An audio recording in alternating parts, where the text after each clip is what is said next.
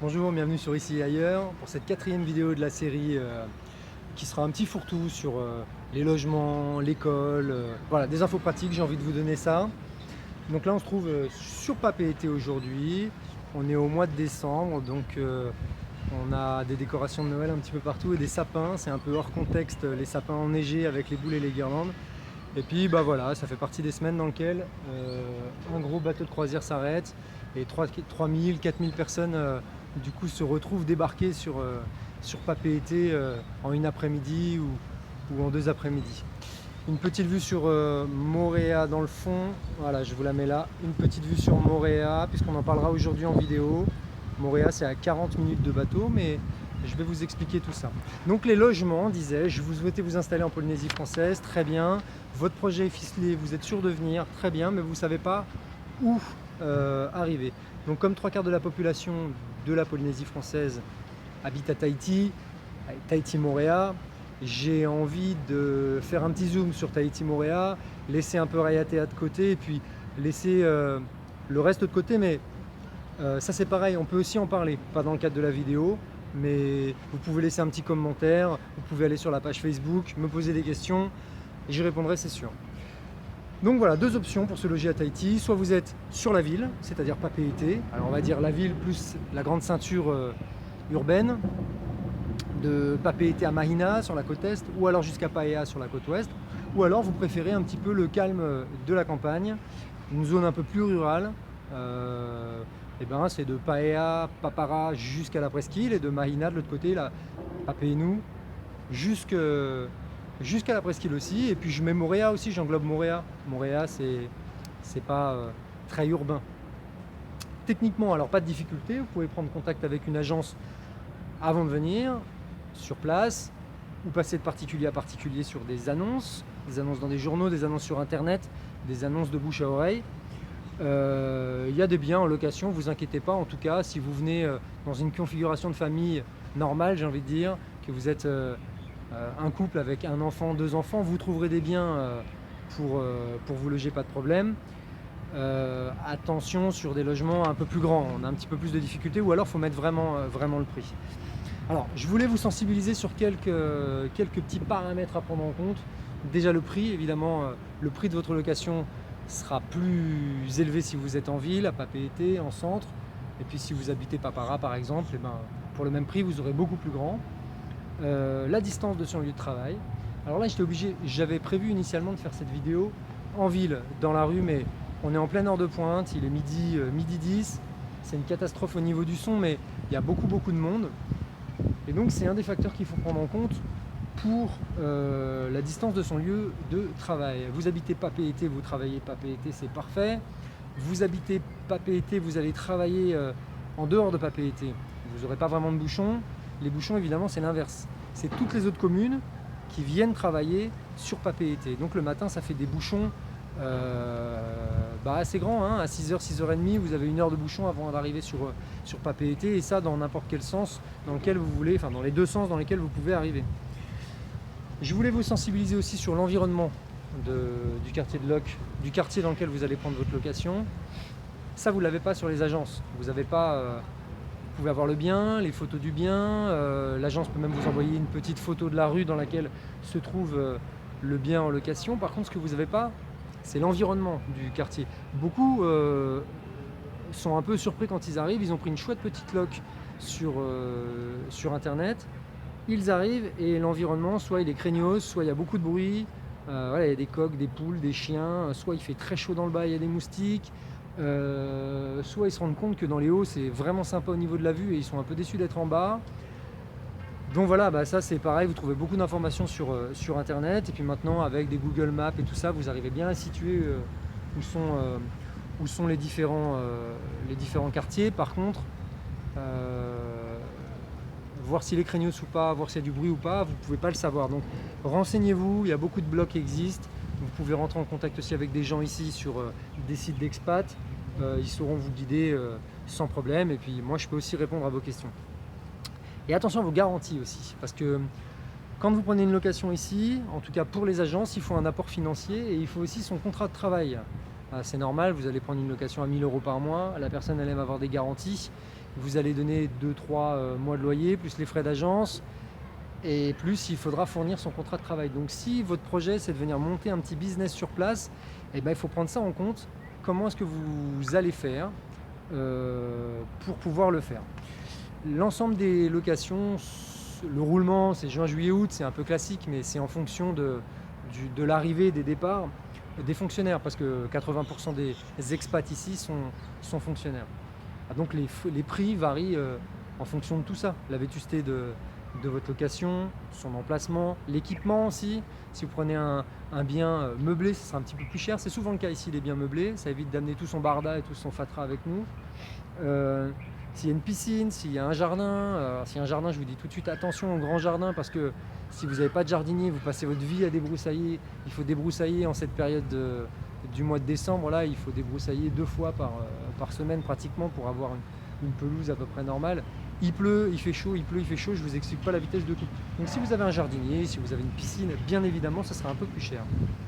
Donc en ce qui concerne les démarches papier, alors, vous pouvez me donner des renseignements évidemment, je vous le disais, à ceux qui souhaitent, je pourrais à la fin de cette série de vidéos vous envoyer un petit e-book et puis une petite heure de vidéo gratuite en complément de celle-ci, et je suis tout à fait disposé à répondre à vos questions sur Facebook, je vous disais, ou sur la chaîne YouTube. En bas, les commentaires, j'y répondrai, pas de problème. Où aller s'installer alors? Le bon choix, c'est quoi? Le bon choix, c'est la côte ouest, de Papeete, Fa'a, Punawia, Paea. La côte est, sur Papeete, Aroe, Pir'e, Mahina. Si vous voulez être en ville, ou plus loin, si jamais vous voulez avoir plus de confort, moins de bruit, enfin moins de bruit de voiture. Attention au bruit de coq et de poule, ça va pas forcément de pair.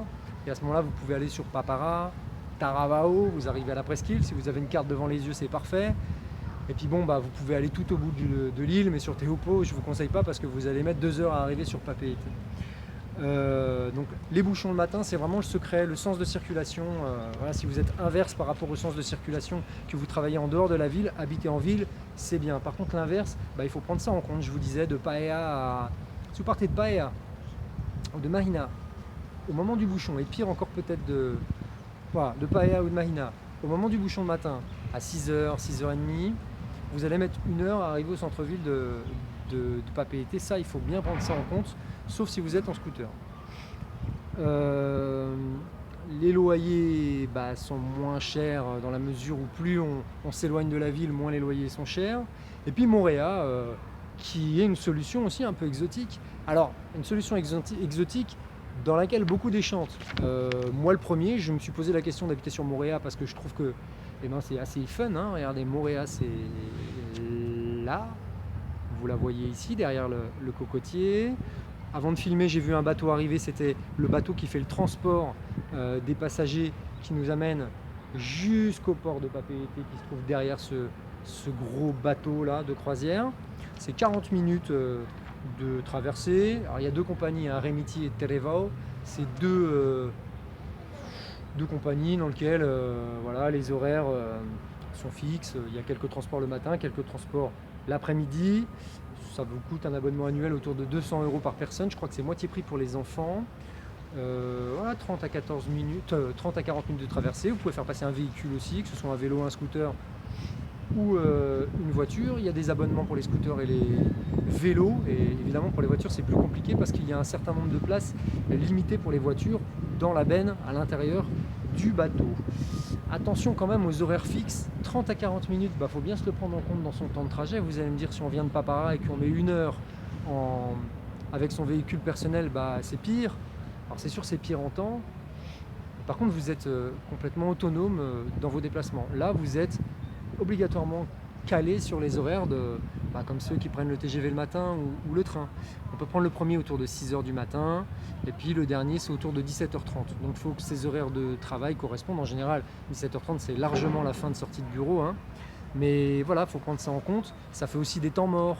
Quand vous avez fini au boulot, si jamais vous vous organisez dans votre travail, vous voulez rentrer, vous montez dans votre voiture, vous montez sur votre vélo ou sur votre scooter et vous êtes rendu chez vous. Là, il faut attendre les bateaux qui des fois sont espacés de plus d'1 heure. Vous en avez seulement 3-4 le soir, vous en avez 2-3 le matin, 2-3 l'après-midi, et un à 17h30. Donc c'est sûr que ça vous donne un un cadre assez fixe finalement par rapport à ce qu'on imaginait au début, c'est-à-dire d'être épris de liberté sur notre île de Moorea au loin. Là du coup on se retrouve coincé à nos propres pièges. Si vous avez des enfants à scolariser, peut-être vous serez tenté de réserver un logement sur internet à l'avance, de façon à pouvoir les inscrire à l'école à l'avance. L'inscription elle se fait soit à l'école, soit à la mairie, ça dépend des communes. Alors les inscriptions à la mairie, voilà, il faut bien insister. On n'est pas toujours sûr que le lien se fasse entre la mairie et l'école derrière. Donc ça c'est un peu enquiquinant, et ça fait partie des joies aussi de la Polynésie, c'est que c'est assez exotique et des fois sur l'organisation c'est pareil. Le plus sécurisant évidemment si vous avez des enfants, c'est de vouloir les inscrire. Alors moi un petit conseil que je peux vous donner, vous pouvez cibler une zone, un quartier qui vous intéresse, un quartier de Punauia, un quartier de Pirée, un quartier de Papeete, Taravao, Papara. Et si vous n'êtes pas sûr d'y trouver un logement en arrivant et que vous n'êtes pas forcément dans l'optique de réserver quelque chose sans l'avoir vu, vous pouvez aussi faire une double, une triple inscription dans l'établissement scolaire. Et puis bien sûr se désister à l'avance, que l'établissement scolaire arrive à gérer les inscriptions. Mais vous pouvez faire une pré-inscription dans 3 établissements scolaires, c'est pas vraiment un problème. Voilà. Les biens dans les agences, ils sont OK, hein. Ils sont conformes à la description qu'on y fait, le nombre de pièces, etc. etc. Il n'y a pas de mauvaise surprise sur la plomberie, sur l'électricité, les agences sont sérieuses. Vous en avez 3-4, je ne vais pas leur faire la pub, vous les trouverez sur internet. Elles ont des jolis sites internet en général, elles ont des biens à vendre de plusieurs gammes de produits et les biens sont conformes. Par contre, ce que l'on ne peut pas voir et que vous allez demander à l'agence, mais ça c'est vraiment une histoire d'interprétation et de sensibilité. Bon, les quartiers craignos, ils sauront vous le dire, mais le bruit, les coqs ici, ça hurle toute la journée et toute la nuit, donc vos oreilles n'ont pas la même sensibilité que celle d'un Polynésien sur les chiens et sur les coqs et les poules. Donc voilà, ça c'est vraiment à discuter avec l'agence, si vous voulez un quartier calme, ou si vous voulez être dans un quartier un peu populaire dans le bas, dans lequel vous risquez d'avoir des coqs et des poules. Puis c'est vrai que si vous avez des arbres fruitiers chez vous, vous aurez plus de coqs que si vous n'en avez pas, quoi. Ça on pourra en reparler, je vous disais, si vous avez envie. Une autre solution, alors si vous connaissez une personne sur place, c'est de lui demander conseil, évidemment.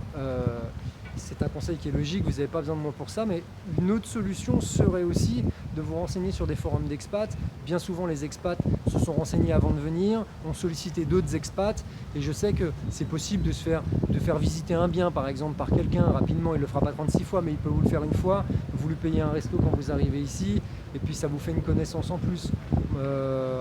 Moi avant de venir, on a visité un appartement pour moi sur un site d'expat, sur quelqu'un que je ne connaissais pas en vrai, et c'était à côté de chez lui. Elle a été voir, et du coup c'est super sympa de sa part. Et voilà, on s'aide un petit peu aussi dans ces cas-là, surtout quand il s'agit de familles avec des enfants. Il y a un réseau qui se met en place, et malgré tout, comme dans chaque pays du monde, quand il y a des expatriés d'un même pays, d'une même nation, il y a une petite entraide quand même et une solidarité qui s'opère. Bon voilà, et puis le dernier conseil, il y en a beaucoup qui le font, c'est de prendre un logement de transition. Soit vous prenez un logement de transition dans une location, une petite loc, vous perdez vos frais d'agence, mais je veux dire, ça vous permet de bien situer l'endroit où vous voulez aller. Et puis voilà, vous prenez un petit truc pendant un mois, ou pendant 15 jours, un mois, et puis voilà, vous prenez contact avec le propriétaire et vous serez pas déçus. Après sinon, vous pouvez prendre une pension aussi pendant un mois. Une location, une petite maison en pension pendant un mois. Ici, il y a Airbnb aussi, hein. Alors vous pouvez passer par booking.com, vous pouvez passer par TripAdvisor, vous pouvez passer par Airbnb, et vous pouvez passer de particulier à particulier, ou alors directement en sollicitant les pensions. Des pensions louent, pour certaines, c'est marqué sur leur site internet, à la semaine, au mois. Donc, vous pouvez louer minimum 15 jours, voir dans l'endroit dans lequel vous voulez aller, et vous ne perdrez pas d'argent sur les frais d'agence. L'école alors. L'école, je voulais en parler parce qu'on est en France ici, et c'est l'éducation nationale qui fait les cours. C'est pas tout pareil non plus. Donc ça, il faut bien en être conscient. Et on voit plein de choses sur internet, sur les niveaux scolaires, sur tout ça. Et je voulais vraiment clarifier la chose avec vous sur ce sujet-là. On va faire étape par étape et palier par palier. Je me garde la garderie pour la fin parce que c'est garderie et périscolaire, mais on va commencer par l'école maths. L'école maternelle, alors ici les écoles c'est sectorisé, hein. Vous habitez à Papeete, vous êtes scolarisé à Papeete, sauf à prendre une école privée qui vous emmène dans une autre commune, c'est sectorisé. L'intégration pour vos petits loulous, s'ils sont en école maths, c'est super. Les instits sont très bien, on est vraiment dans un bon esprit sur l'accueil des autres. Ils ont à cœur de partager aussi leur culture polynésienne au travers de quelques journées, au travers aussi de rituels. Par exemple, beaucoup d'instits, c'est au choix de l'instit, mais beaucoup d'instits font des cours en tahitien ou donnent à vos loulous des consignes quelquefois dans la journée en tahitien, apprennent des chansons en tahitien, et puis d'une manière générale apprennent la culture tahitienne. Et ça, vous qui expatriez et qui voulez venir en Polynésie, vous venez aussi pour ça évidemment. Donc là, c'est vraiment une richesse pour vos enfants. Voilà, la pédagogie, c'est la même qu'en métropole. Hein. On a des instits qui ont fait un petit concours d'instits. Alors il y a une priorité aux locaux, sur les instits locaux. On a souvent dit que les niveaux étaient plus bas qu'en métropole. Peut-être qu'avant c'était le cas, j'en sais rien, mais moi j'ai l'impression, au travers de l'expérience personnelle que j'ai, que mes loulous sont tout à fait épanouis. Ils sont même un petit peu en avance. Et puis je suis sûr que quand on va rentrer en métropole, ce sera un énorme avantage pour eux, pas forcément en termes de connaissances, de savoir, mais en termes de compétences, en termes d'adaptation, en termes d'intégration, en termes de... Voilà, mes enfants ils sont pas timides, ils sont en short dans la cour et puis ils sont heureux comme ça à courir et en jouant avec des cailloux, quoi. Il y a aussi des jeux évidemment dans l'école, mais voilà. Le seul truc, c'est que vous récupérez vos enfants noirs de terre tous les jours et que les shorts et les fringues sont pourris et qu'ils usent une paire de sandales et de savates, de tongs, une fois par mois. L'école commence à 7h30 ici, a priori pour l'école élémentaire un peu partout, 7h30 le matin jusqu'à 15h30. Voilà, sauf le mercredi et le vendredi qui sont des journées plus courtes et les enfants finissent vers entre 11h et 11h30. Ça va dépendre du jour de la semaine. Donc vous voyez que c'est assez cool, par contre le rythme scolaire, si ce n'est qu'on commence à 7h30, mais de toute façon ici à 5h30, 6h on est réveillé, le jour se lève, vous êtes réveillé, puis quand vous avez des enfants, à 5h30 ils sont debout. Alors il n'y a pas d'ATSEM dans les écoles élémentaires et dans les écoles maternelles, il y a des tatis, on appelle ça des tatis, c'est du personnel de la commune. Elles n'ont pas le rôle d'ATSEM, elles sont embauchées plutôt pour faire le ménage. Elles s'occupent évidemment de vos loulous.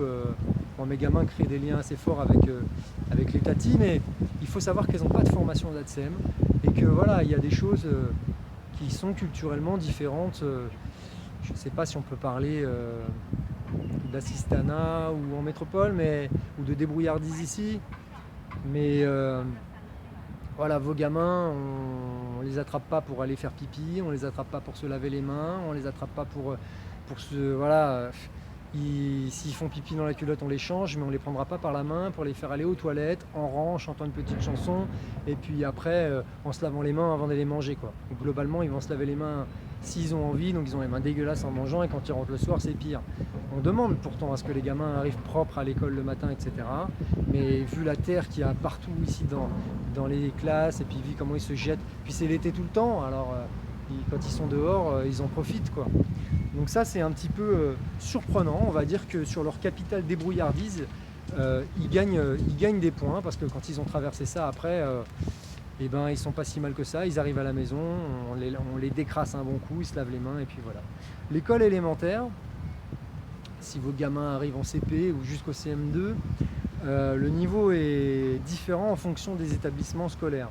Il y a beaucoup de témoignages qui se contredisent là-dessus, donc je ne voudrais pas faire un faux témoignage avec des généralités et des on-dit. L'école de Pire est pas pareil que l'école de Papeete, qui est pas pareil que l'école à Papara. Donc je vous laisse regarder sur les blogs ce que les parents qui sont déjà en place, qui sont déjà avec des enfants scolarisés ici en disent.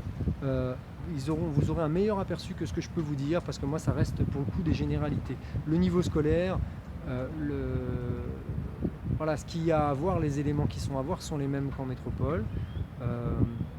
Après le retour des parents qui rentrent en métropole, une des angoisses et une des questions qu'on se pose, c'est est-ce que mon gamin il va réussir en revenant en métropole, en rentrant dans telle ou telle classe? Les témoignages se contredisent, c'est ce que je vous disais tout à l'heure. Il y a des très bonnes intégrations et des très bonnes réussites après pour des gamins qui rentrent au collège. Voilà, preuve que ça marche. Et puis il y en a, ça se passe moins bien, mais ça se passe moins bien parce que les gamins sont, sont moins bons à l'école, ou ça se passe moins bien parce qu'il y a un choc, probablement des deux, hein. Il y a un choc, l'expatriation va créer un choc sur la famille, sur les enfants à l'aller, sur les enfants au retour. Quand on passe 3 ans ici et 3 ans au soleil, et qu'on rentre et que vous rentrez et vous allez habiter en Savoie ou dans le Massif central où vous allez vous cailler les miches, les enfants, ça va leur faire difficile rien que de mettre des chaussures, parce qu'ici on ne met pas de chaussures fermées, je veux dire. Donc voilà. Le collège, depuis 2012, vos enfants ont un uniforme. C'est pas un uniforme, c'est un polo, et le polo va être de couleurs différentes en fonction de l'établissement scolaire. Donc chaque établissement a choisi la couleur de son polo, blanc, bleu, mauve, rouge, et ils ont sur le col des petits motifs polynésiens qui sont bien sympas. Voilà, on peut dans la rue s'amuser à repérer les collégiens facilement et de quel établissement scolaire ils viennent sans problème. Voilà, collège à Papeete, ils peuvent être blancs, comme à Tunavia ils peuvent être blancs. Voilà, ça va dépendre, ils sont violets à Paea. Voilà, ça c'est pas très cher, c'est des lots de polos et t-shirts qui sont à 50 € les 6 ou les 5, je sais plus. 3 polos de t-shirts, 5 t-shirts, 5 polos, ça coûte à peu près une cinquantaine d'euros. Donc les programmes sont les mêmes qu'en métropole. Par contre, voilà un problème, c'est qu'on va comparer les résultats du DNB, je les ai regardés pour vous ce matin, les résultats du DNB, donc du diplôme national du brevet des collèges, sur la série classique, la série générale, le taux de réussite est de 65%. 65% en moyenne sur la Polynésie. Alors c'est sûr, c'est très faible. 65% au brevet des collèges, c'est vraiment pas un bon résultat. La métropole, on doit se trouver en moyenne à 85%, et c'est pas rare de voir des établissements scolaires dans certaines communes qui font 90-92% de réussite au brevet des collèges. Et sur des séries technologiques, c'est pareil, et sur des séries agricoles, c'est pareil. Le problème, c'est pas nécessairement le niveau d'études, le niveau de scolarité en tant que tel, et la façon et la qualification des profs, parce que les profs de collège sont tous qualifiés pour être là où ils sont. Certains viennent de métropole et ils déchantent un peu sur le niveau, mais c'est pas tant le niveau, à mon avis, la base du problème, que le décrochage. C'est deux choses. C'est le fait que des gamins décrochent et ne viennent pas, beaucoup d'absentéisme à partir du collège, et puis deuxième chose, c'est le manque d'importance que les parents peuvent parfois apporter à l'école, et notamment au Tuamotu, où on va valoriser beaucoup le fait de savoir pêcher, etc., qui est évidemment une compétence à acquérir quand on est au Tuamotu et qui est hyper intéressant, mais qui doit être en complément quand même de l'éducation scolaire de vos enfants et de la réussite scolaire, parce qu'on a tendance à pas tellement valoriser le collège, la réussite scolaire, le fait d'avoir un diplôme. Il y a beaucoup de chômage en Polynésie, beaucoup de chômage dans les Tuamotu, donc c'est vrai qu'à tout bien y réfléchir, qu'est-ce que ça peut changer si mon gamin il a son brevet des collèges, ou s'il a un CAP de quelque chose, alors que de toute façon il n'y a pas de boulot. Donc c'est pas faux dans le fond, et c'est aussi peut-être ça qui justifie le fait qu'on ne valorise pas plus l'école que ça. C'est pas qu'on n'aime pas ses enfants et qu'on veut pas qu'ils réussissent, mais on sait qu'on ne peut pas compter forcément toujours sur le CFI, on ne peut pas compter sur un niveau d'études ou sur la réussite même d'un bac ou d'un petit BTS ou d'une licence dans les îles pour trouver quelque chose, quoi. Donc il faut apprendre à pêcher, il faut apprendre à se débrouiller, à faire le farapou, donc c'est à faire son jardin. Voilà, ça c'est des choses qui sont des valeurs sûres, et c'est pas faux dans le fond. Donc voilà, le résultat du brevet des collèges n'est pas bon, mais ça ne veut pas dire que les profs sont mauvais, ça ne veut pas dire que les cours sont pas bons, bien au contraire. Il y a des profs hyper impliqués ici, il y a beaucoup de POPA, il y a beaucoup de fonctionnaires qui viennent de métropole et qui sont des postes qui sont déjà largement qualifiés sur leur travail en métropole, qui arrivent ici. Je pense qu'ils déchantent un peu, voilà, par rapport à ces petites notions-là d'accompagnement des familles par rapport aux enfants, et puis aussi le fait qu'il y a beaucoup de décrochage scolaire et il y a beaucoup d'absentéisme. Donc les taux de réussite ne sont pas très bons, et ça c'est général à toute la filière scolaire par la suite. On va la décliner. Je fais une petite aparté pour les vacances quand même. Les vacances et les transports scolaires. Attention, les transports scolaires, je vous disais que c'est un transport qui peut être ok au niveau de la régularité et tout, bien que ça dépend des lignes. Par contre, attention aux horaires de temps en temps. Il y a des collèges où on commence à 7h et le bus est à 5h et quelques le matin, dans la commune d'à côté. On ramasse votre gamin à 5h et quelques le matin pour qu'il soit à 7h au collège pour suivre son cours. Donc c'est sûr que c'est beaucoup de stress, c'est beaucoup de fatigue d'avoir son gamin qui prend le bus comme ça peut être beaucoup. Après les horaires de bus ne sont pas tous si tôt, mais ça peut être comme ça, donc renseignez-vous bien, et aussi en fonction du lieu d'habitation, renseignez-vous bien. On peut vous dire ok, il y a un bus, pas de problème. Oui, mais à quelle heure est le bus? Après, un gamin qui prend un bus à 5h15 le matin, ça veut dire que toute la famille doit être réveillée à 4h30 ou 4h15 le matin pour pouvoir se préparer. Donc vous avez vu, vous commencez vous à 7h et quelques, le soir à 6h, vous êtes au lit à ce rythme-là. Donc attention au bon équilibre de la famille quand on vient, ça c'est hyper important. À la fatigue, il y a déjà une chaleur pas possible, alors attention à ce genre de choses. Les vacances, je vous disais, ce n'est pas le calendrier métropolitain. Les vacances, vous avez une semaine de vacances toutes les 5 semaines. Donc vous avez l'impression que vos enfants sont en vacances tout le temps. Et ça c'est très emmerdant, excusez-moi, mais pour ceux qui travaillent. Parce que si vous voulez faire garder vos enfants, il faut que vous arrêtiez de travailler, que vous trouviez un système de garderie ou de halte garderie, ou de colonie, ou de club, de je sais pas quoi. Donc ça existe, on en parlera dans la prochaine vidéo sur les activités, ce que l'on fait ici. J'aborderai les activités pour les enfants aussi évidemment, mais par contre si on veut être concret, une semaine, toutes les 5 semaines, vos enfants sont en vacances. En plus il y a un mois de vacances à Noël, sur le mois de décembre jusqu'au début janvier, 5 semaines au mois de juillet jusqu'au début août, 5 semaines, et après il y a des vendredis pédagogiques une fois par mois. Ça veut dire que vos enfants ne vont pas à l'école les vendredis, une fois par mois ou une fois tous les mois et demi, parce que les profs sont dans des journées pédagogiques. Alors, on peut se demander ce qu'ils font, là ça j'en sais rien. En tout cas ils ne sont pas toujours à l'école, ça je peux vous le garantir. Voilà, au niveau des vacances. Alors je continue ma petite avancée dans les niveaux d'études et on arrive au lycée. Si vos enfants viennent au lycée, il y a plusieurs lycées, principalement sur Tahiti, il y en a un sur Raiatea aussi. Il n'y a pas de lycée sur Moorea, il y a un lycée agricole, mais il n'y a pas un lycée général. Donc les lycées, on va dire que c'est la même chose, c'est-à-dire qu'il y a de l'absentéisme, c'est-à-dire que les résultats ne sont pas forcément très bons, bien que ça dépende des lycées, parce qu'il y a des lycées qui sont bien, avec des lycées qui font des prépas pour entrer dans des grandes écoles métropolitaines, comme par exemple à Papara. Ça, vous pouvez trouver toutes les infos sur les sites qui sont bien faits des établissements scolaires. Ça peut conditionner aussi le choix de votre habitation, hein. C'est sûr que si votre gamin est au lycée, il faut qu'il trouve un bon lycée. Voilà, à vous de voir où vous voulez aller, mais il faudra regarder. Pareil pour l'université. Donc voilà, après les établissements, je parle des établissements publics, il y a aussi des établissements privés, des lycées privés, principalement quand même religieux, alors catholiques ou protestants. Voilà, il y a des endroits où on est plutôt beaucoup protestants, des endroits sur lesquels on est beaucoup catholiques comme aux Marquises. Voilà l'importance de la religion, c'est vrai que j'en ai pas parlé dans mes vidéos, mais ici l'importance de la religion, elle est déboussolante, consternante aussi parfois, intéressante dans d'autres mesures, mais voilà, la religion est partout ici. Donc voilà, c'est un choix, à vous de voir, mais on est beaucoup plus religieux que laïque, en tout cas sur la Polynésie française. L'université, alors une belle université qui se trouve à Punaoya, dans les hauteurs, avec une belle vue, une offre de formation, alors bien sûr un peu limitée l'offre de formation, mais quand même, il y a quand même pas mal de choses qui sont proposées pour les étudiants. On est sur une île, alors c'est pas l'offre de Paris, de Lyon ou de Lille, mais il y a quand même une offre de formation qui est intéressante, avec pas mal de diplômes qui vont jusqu'à la licence, au master 1, master 2 peut-être sur de la bio, ou master 2 sur du tourisme ou du management, pas du management, du commerce international ou du commerce. Voilà, vous avez le site de l'université. Par contre, sur son classement, j'ai envie de vous dire que c'est pas la meilleure université du monde, hein. Une belle université. En 2016, une étude que je viens de regarder aussi ce matin se base sur la réussite en licence. Et on compare comme ça le taux de réussite en licence dans les 74 universités de France.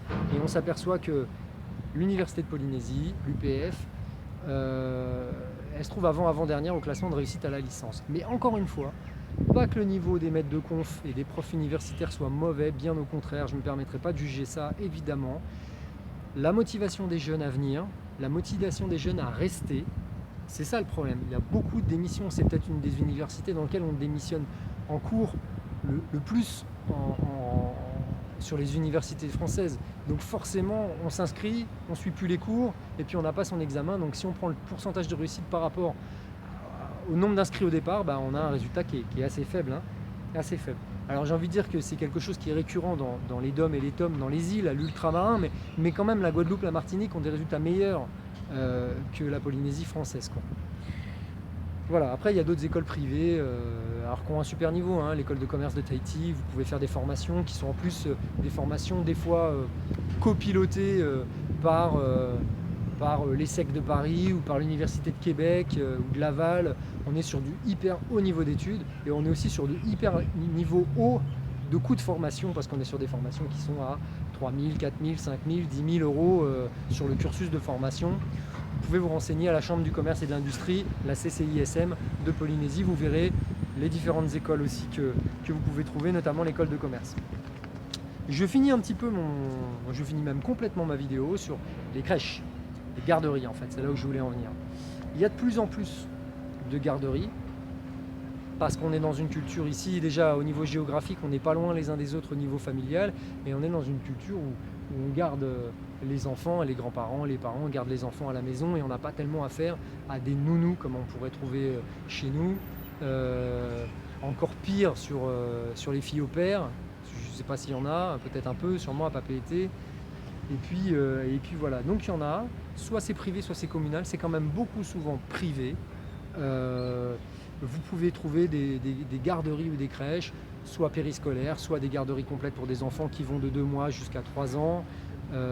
Voilà, on est sur des coûts de 300 à 400 euros par mois, sur lequel il faut rajouter les repas et sur lequel vous ne pouvez pas le déduire de vos impôts dans la mesure où quand vous allez venir ici, à part à l'année N-1 de quand vous allez arriver, mais sinon vous n'allez pas payer d'impôts. Donc vous ne pourrez pas le déduire de vos impôts, donc vous allez payer réellement 300 à 400 euros par mois, plus le coût de la nourriture. Un repas c'est 4 euros, 4-5 euros, ça va dépendre. Et puis les garderies après périscolaires, on est sur du 3 euros, 4 euros de l'heure. Il y a des quotients familiaux, si vous êtes expat, je ne sais pas bien comment vous allez vous débrouiller, mais vous allez arriver ici avec vos revenus à la limite de déclaration N-1, voilà, c'est un peu perdu d'avance. Voilà, alors après une dernière petite info, c'est que les normes ne sont pas les mêmes, un petit peu partout. Il n'y a pas de plan alimentaire, on l'avait déjà évoqué dans une vidéo antérieure. Donc au niveau de la nourriture, on n'est pas sur les mêmes standards qu'en métropole. Et puis c'est pas les mêmes normes, donc il faut le savoir avant de porter un regard un petit peu d'avoir un jugement hâtif après quand on arrive sur place et qu'on voit comment c'est. Il faut savoir comment c'est, il faut savoir où on met ses enfants, il faut se renseigner avant, poser des questions. Il y a des garderies dans lesquelles on vous répond à vos questions sur internet assez rapidement et vous pouvez discuter comme ça, vous pouvez vous préparer à ce que vos enfants, à quoi savoir dire à vos enfants et ce à quoi vos enfants vont être confrontés. Ce ne sera pas la même chose forcément qu'en métropole. Voilà, alors j'ai envie de vous dire que vous pouvez liker la page, que vous pouvez partager à satiété cette page, que vous pouvez commenter la vidéo, que vous pouvez aller voir le lien Facebook qui se trouve en dessous de cette vidéo, que vous pouvez me poser des questions sur Facebook, que vous pouvez vous abonner. Et je vous donne rendez-vous pour la prochaine vidéo qui traitera du travail et des loisirs.